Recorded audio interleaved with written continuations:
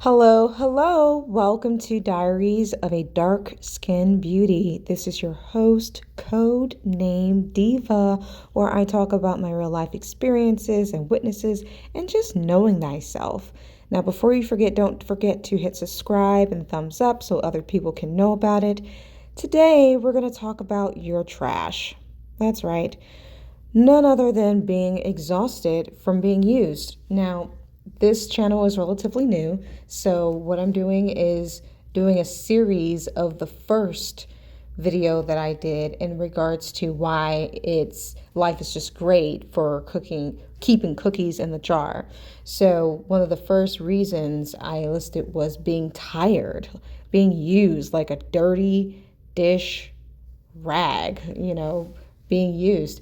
I have a few witness stories that I would like to share with everybody. So I remember some years ago when I was living in New York City, there was a very beautiful young, like we were a couple years apart, and I'm still young. I'm talking like I'm like from the Stone Ages or something. I'm still young, y'all. But anyway, when I was living in New York City, I was there for performing arts and I'll just leave it at that. And she was there specifically for singing, and she wanted to be a star, and she probably still does. I don't know.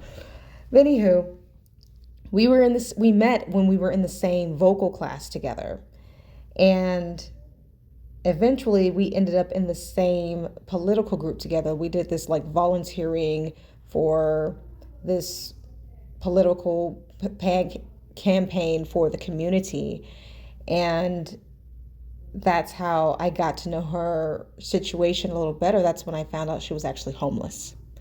So once I found out that she was homeless, she was hinting to me that she needed a place to stay. She's like, oh, I wish I had a place to stay. I wish I had a place to lay my head at night. I wish I had Long story short, well, first of all, I was very skeptical because I only knew her from class. I didn't really know her, anything about her character. I didn't know anything about her motives aside the fact that she needed a place to stay and she wanted to be in New York City to be a singer. That was pretty much it. I wasn't even quite sure why she was in that political group because she clearly really didn't even want to be there. But anyway, eventually I did say yes because one of my peers was a guy that I was actually in a situationship at the time, convinced me that I probably should. So eventually I did. I broke down and said yes. And she was first working at Chipotle. And then when she realized there was just no money coming in from that, and New York City trying to pay that high rent, working at Chipotle, that's not going to cut it. So she decided to go into stripping, and I tried to urge her to do different things. Not that I'm better than anybody. I'm not by any means. I am not better than anyone. I don't believe that at all. I was just trying to convince her to do something different because I understand the depths and the seriousness of how tragic that industry can be, because I know people personally that have experienced some very crazy things. So one of the crazy things that she experiences, first off, the owner of the club, like her first or second night, I think it was her first night meeting him. He brought her home with him. She ended up sleeping with him. He gave her some money. And she continued to work for him. And after that, she just lived the life of a stripper. She started traveling like to the different cities to gain more money and traveling in groups with girls and things like that. And then one time she told me that she got raped by a guy like before they even stepped foot in the club.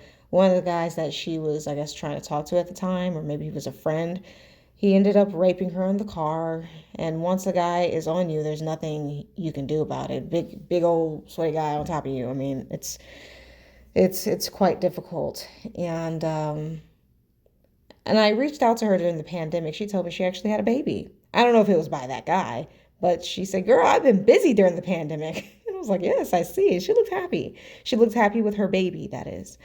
And I saw her singing to her baby. So it looks like she still has a joy for singing. So I'm really happy about that.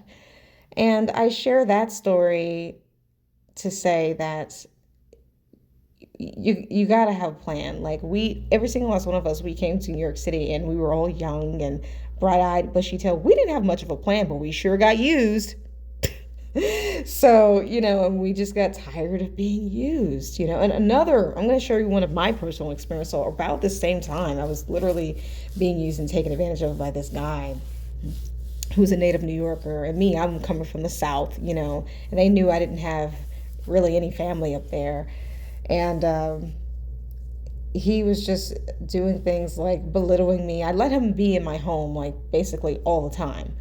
And I should have never done that. This was like in my 20s. So in my home all the time, sneaking up my bathroom, eating up my food, telling me to shut up in my own house when I'm trying to sing, things of that nature. Just really terrible treatment. I'm pretty sure he brought other people in my home when I wasn't there. I didn't have any cameras, but I'm pretty sure he did. And not only that, I know that, at the time we were sleeping together and he was sleeping around town. The word got back to me. And I felt so foolish at the time because he made me so many different promises. And I was like, wow. But my aunt actually did warn me about guys like him. He even did this thing where he took my wedding finger, right? And he wiggled it around and looked me in the eye.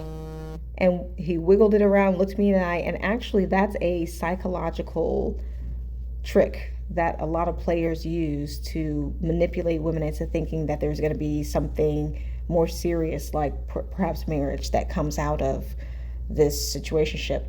And I said, you know what? Eventually I told him, you know what?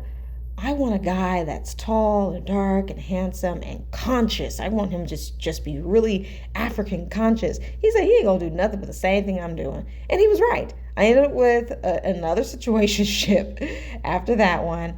And that's a whole nother video. Oh, I gotta tell you about that guy. Because this guy just so happened to be a priest, the second guy. And he did the same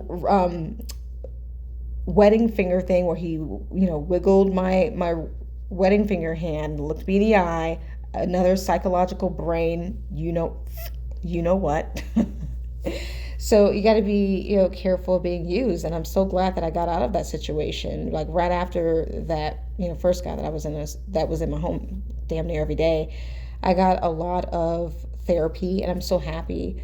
Therapy is something that people should not be afraid of. And there's a lot of concerns that a lot of people may have, and that's another video within itself. A whole nother video, because my therapist actually knew this priest, and I got so much to talk to you guys on behalf of that. Another story I want to share with you about being used, and when you're getting tired of being used and being embarrassed or what have you. When I was a teenage girl, I was dating this college guy, but it was like my senior year in high school, and he was like a sophomore in college. And he didn't have any food in his house, but at the time, I worked at the grocery store, and I bought him some groceries. And I asked him, hey, did you get the groceries I sent you? He says, you did not ask me what I wanted. How dare you bring me these groceries? It was like chicken and noodles and pasta and stuff like that, and some sandwich and some milk and things of that nature. And I told my friends and one of their parents about it, and the dad was like, do not ever bring him anything ever again. And that just goes to show you, people don't value things they didn't have to work for. Like this, every single last one of these situationships, nobody worked for anything. Even the stripper girl, the owner, he didn't work for anything. He just saw her and gave her a place to sleep that night, because she really didn't have a place to sleep that night, because she gets off of work at like 3 or 4 in the morning, right? So that was that. And she ended up sleeping with the guy. And she did tell me that she regretted that. Like, she felt very guilty about that. But she said everything else she didn't feel guilty about. And I feel for her. And I hope wherever she is on this planet that she's doing well. And I'm really happy about where I am in life, about being able to see right through people and them trying to use me, and me being able to share my stories and my witnesses in this diary this web diary and just telling people, look, it's not fun to be a used rag. You're going to get tired of it and you don't need it. So just tell me about some of your experiences in the comments section below. Like, let me know.